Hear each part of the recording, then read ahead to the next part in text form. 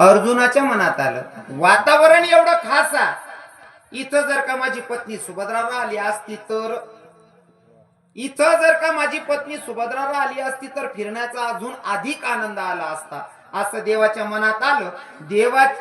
अर्जुनाच्या मनात आलं की माझी पत्नी सोबत पाहिजे होती. भगवंतानं ती हाक ऐकली. भगवंत सोबत होते. माझ्या कृष्ण भगवंतानं सुभद्रेचं रूप धारण केलं, सुभद्रेचं रूप धारण केलं आणि अर्जुनाच्या जवळ जाऊन बसले. अर्जुनाच्या जवळ जाऊन बसले.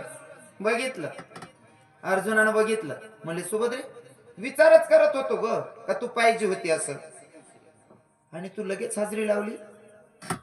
सुभद्रा म्हणते तुम्ही बोलवलं मी येणार नाही असं होतं काय. आता दोघं फिरत होते. काम्यकवरम वनामध्ये फिरणं झालं, चर्चा झाली. दुसऱ्या दिवशी अर्जुन घरी गेले. घरी गेल्याच्या नंतर सुभद्रेनं पाण्याचा ग्लास भरून आणला. अर्जुनानं पाण्याचा ग्लास हातात घेतला, पण पाण्याचा ग्लास हातातून घेत असताना सुभद्रेकडे बघितलं आणि सुभद्रेकडे बघितल्याच्या नंतर वाक्य निघालं. म्हणले सुभद्रे कालच्या दिवशी काम्यकवनामध्ये दिसत होती का, तशी आजच्या दिवशी काही दिसना म्हणले तू.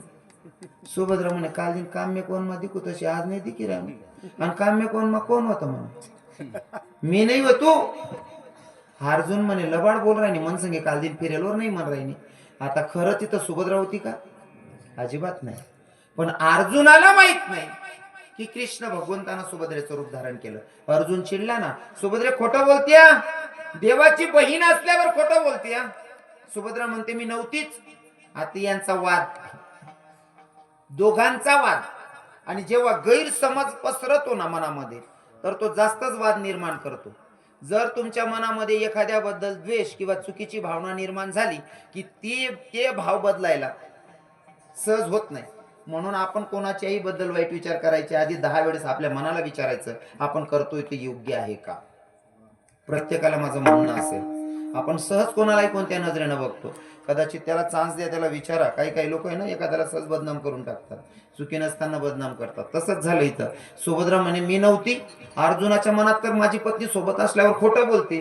खरं दोघांनाही माहित नाही, पण सुभद्राना मनमा असं होणं, जर या मन नावली राह ना मग मी तर ते नाही होतो मला पक्की खात्रीशी, मग याच ना संगे फिरणारी कोण होते. शंका प्रत्येक तरुण बहिणीला आणि प्रत्येक तरुण भावाला जे विवाहित आहेत आणि जास्त व्हावेत, भगवान कृपा तीन वय घ्या ते हा मग बटाच ना थोडी होती ना. नाही येडापणा नाही करा ना बाबू.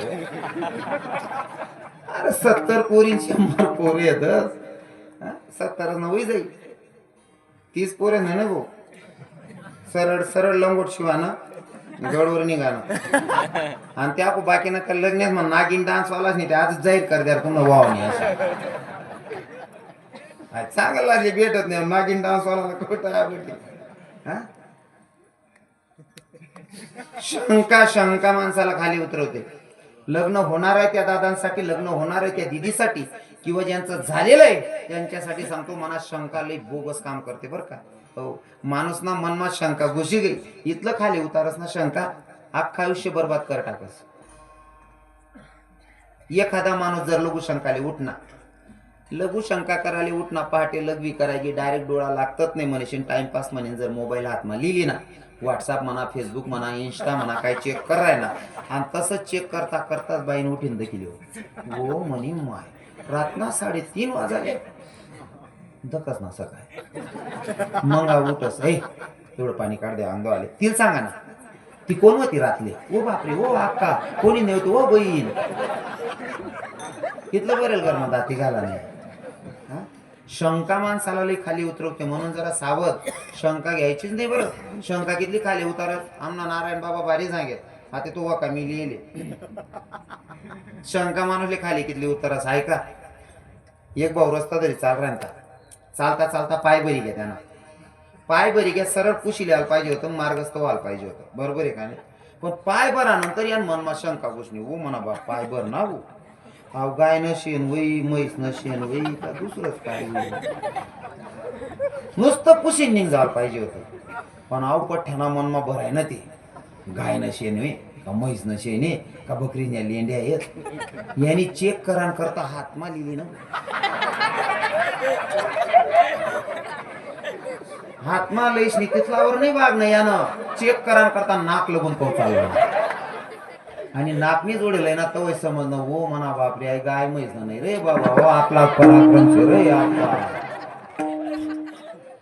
नुसता खुशी निघाला पाहिजे होत पण शंका शिरली का मनात जास्तच निर्माण करते नाही का आता मग तो म्हणे आहे ते आपला पराक्रम शे गावमा पाणी वायऱ्यांत गावना बाहेर नाला वायऱ्यांत हात पाय धुवाल उभा राहिना हात पाय धुई राहता नेमकं गुन्हा करायला जे पाणी लिहिलं त्याच पाणी मा बात नाकन हो म्हणा बापा त्या अवकसा ना होईल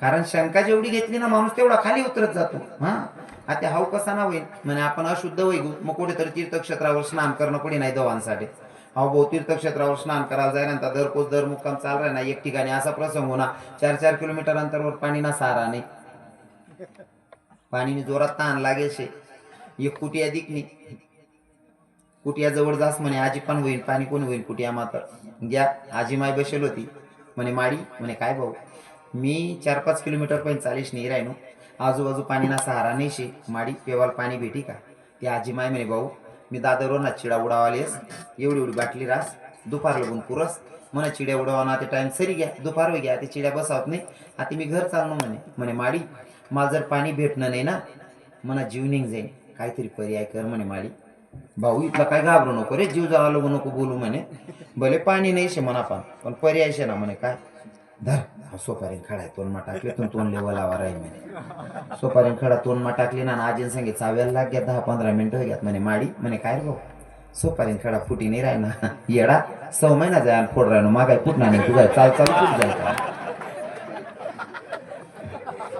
हाय कसा मुडी होई नाही फक्त शंका मनात धरली शंकाने घर केलं की उलट सत्यानाशच होतो म्हणून सावधगिरीनं वागायचं माणसाला सुभद्रा म्हणत होती मी तुमच्या सोबत नव्हती मग तुमच्या सोबत फिरणारी कोण अर्जुनाचा रागानावर झाला रागात पत्नीवर चालून गेला मारायला धर्मराजानं सांगितलं अर्जुना बाईवर हात उचलणं योग्य नाही पत्नीवर हात उचलणं योग्य नाही माग वीर तुला वाटतंय ना तुझी पत्नी खोटं बोलते तिच्या भावाला बोलव आणि त्याच्या स्वाधीन करतीला पण पत्नीवर हात उचलणं योग्य नाहीये धर्मराजानं नीतीनं बोलावं नाही का नीतीनं बोलणारा धर्मराजा हो कृष्ण भगवंताला बोलावलं भगवंत आले दोघांना विचारलं म्हणजे मला बोलवण्याचं काय कारण म्हणजे अर्जुन सांगायला लागले कालच्या दिवशी काम्यकोणामध्ये फिरत असताना तुमची बहीण माझ्यासोबत होती सुभद्रा मी तिला इथं सांगितलं कालच्या दिवशी काम्यकोणामध्ये दिसत होती तशी आज काय तू दिसना तर ती म्हणते मी काम्यकोणामध्ये नव्हतीच आणि माझ्यासोबत फिरले तरी खोटं बोलतीय देव म्हणे भाऊ आई सुभद्राने बी चूक नाही आणि तुनी बी चूक नाही अवमाना पराक्रम मग देवानं काय केलं सुभद्रेचा हात धरला कुटियाच्या बाहेर केलं अर्जुन युधिष्ठिर बसलेले त्यांच्या समोर भगवंत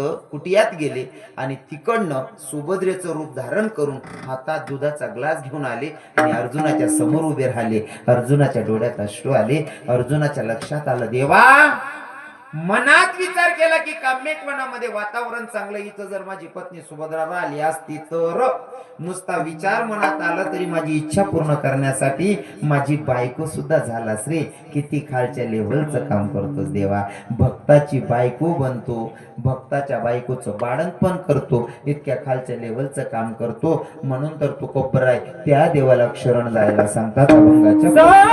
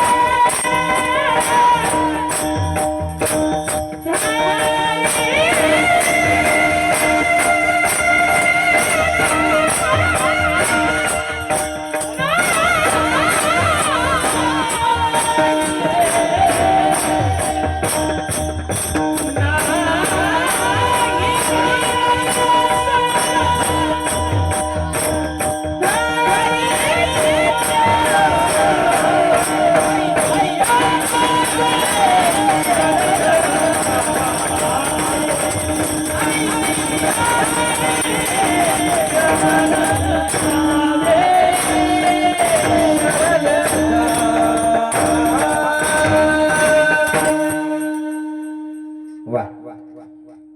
क्या बात है. साधा वया भक्ती काज नाही लाज धरीत ऐसी असे क्षण जावे शक्ती जीवे नवंची. साध्या सोप्या भाषेमध्ये एक चरणाचा भावार्थ सांगण्याचा प्रयत्न केलेला आहे.